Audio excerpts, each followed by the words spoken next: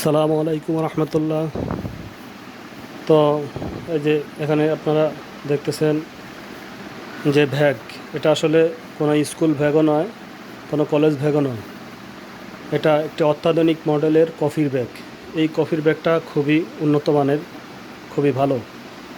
এই কফির ব্যাগ সর্বপ্রথম আবিষ্কার হয় এটা সুইজারল্যান্ড থেকে। নেসলে কোম্পানি আমরা করব জয় প্রজেক্টের মাধ্যমে 2012 সালে সর্বপ্রথম নেসলে কোম্পানি আমরা করব জয় প্রজেক্টে এইরকম সিস্টেম আবিষ্কার হয়।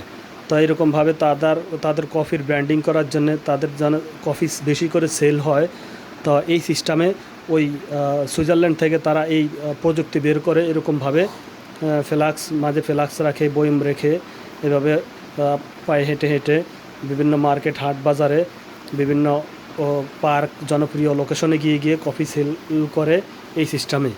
তা এই কোম্পানি দীর্ঘদিন প্রায় 6-7 বছর এইভাবে চলছিল। যেমন আমরা করব যে প্রজেক্টের মাধ্যমে প্রত্যেকটা স্যার রয়েছে, জিএম রয়েছিল, তারপর অপারেটর রয়েছে। এক একটা অপারেটর আন্ডারে সেলসম্যান ছিল 40 জন, 50 জন, 100 জন, এরকম করে। এখন ওই কোম্পানির প্রজেক্টটা আস্তে আস্তে ব্র্যান্ডিং হয়ে গেছে। এখন ওই কোম্পানির প্রজেক্টটা নেই, ওই কোম্পানির প্রজেক্টটা এখন শেষ হয়ে গেছে। কিন্তু যে পদ্ধতি চালু হয়ে গেছে বাংলাদেশে, এই পদ্ধতিটা এখনও শেষ হয় নাই।